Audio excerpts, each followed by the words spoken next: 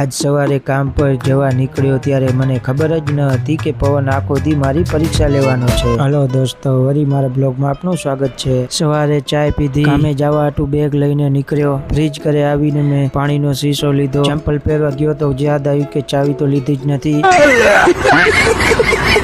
ચાવી લઈને બારે નીકળ્યો, ચંપલ પહેરી બારે આવી, સ્કૂટી ચાલુ કરીને નીકળી ગયો કામ ઉપર। કામે આવીને ડાયરેક્ટ છત્રી લગાડી। ઠીક હે।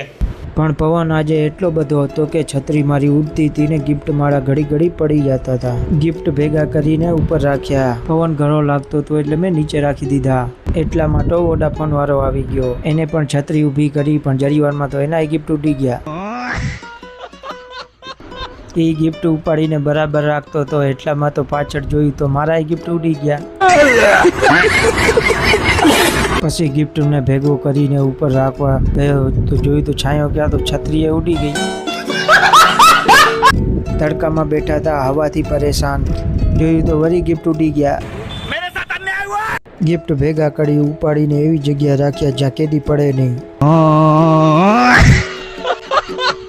ગિફ્ટ ઉડતા હતા એટલે 2-4 ગિફ્ટ બારે રાખ્યા। હું ઊભીને થાકી રહ્યો હતો એટલે બેસવા હાટુ ખુણસી ઓનલાઈન મંગાવી લીધી। પછી હું કરવા લાગ્યો ખુણસીની અનબોક્સિંગ। પછી ખુણસીને બારે કાઢી, ખુણસી બેવા લાયક બનાવીને પછી મેં તમને બતાવી દીધી। પછી ખુણસીમાં આરામથી બેઠો, ચાય પીવાનું મન થયું એટલે ચાય મંગાવીને પીધી। મોસમ બહુ ખૂબસૂરત લાગતો હતો। જરી વાર બેઠો એમાં તો કસ્ટમર આવી ગયા, પણ મારા નહીં, વોડાફોન વાળાના। દુઃખ કાંઈ ખતમ નહીં હોતા બે। કસ્ટમરની વાટ જોઈને તરસ લાગી ગઈ એટલે હું નીકળી ગયો પાણી ભરવા। પાણી ભરીને બોટલ રાખી દીધી। હજી દિવસનો અહેમ ભાગ તો બાકી છે। વોડાફોન વાળાને બારે જવું પડ્યું એટલે એની છત્રી મારી સ્કૂટીમાં લગાડી દીધી। વાતાવરણ ઘણું ખૂબસૂરત લાગતું હતું। સોલેટ મસ્તી ખાઈ વોડાફોન વાળાથી મળી એની છત્રી દઈને પછી હું નીકળી ગયો ઘર જમડે। ઘરે આરામ કરીને પાછો નીકળી ગયો કામ ઉપર। કામે આવીને ડાયરેક્ટ છત્રી ખોલી તો છત્રી ઊંધી થઈ ગઈ એ મને ખબર નથી।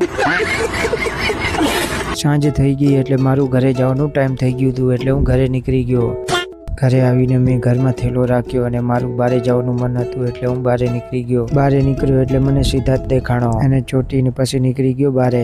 મારું સોડા પીવાનું મન હતું એટલે હું સુરેશ ઘરે આવી ગયો। સોડા પીને પાછો વળતો થઈ ગયો। સોડા પીને પછી ઘરે આવી ગયો। ઘરે આવ્યા પછી જરીવારમાં મારું મન થયું મેંગો પીવા જાઉં એટલે પછી હું પાછો નીકળી ગયો। રાતે બહુ અંધારું થઈ ગયું હતું પણ મેંગો જ્યુસ પીવાનું મન થતું હતું એટલે હું આવ્યો। આખરે મેંગો જ્યુસ મંગાવી અને પીવાની શરૂઆત હતી। મેંગો જ્યુસ પીવા પછી બધી ઈચ્છા પૂરી થઈ ગઈ એટલે હું પાછો ઘર જમડે ગયો અને પછી ઘરે પહોંચી ગયો। ઘરે પહોંચતા બ્લોગ એ પૂરો થઈ ગયો। આગળ જે બ્લોગ આવવાનો છે બહુ ખતરનાક બ્લોગ છે એટલે લાઈક ને ફોલો કરી નાખજો।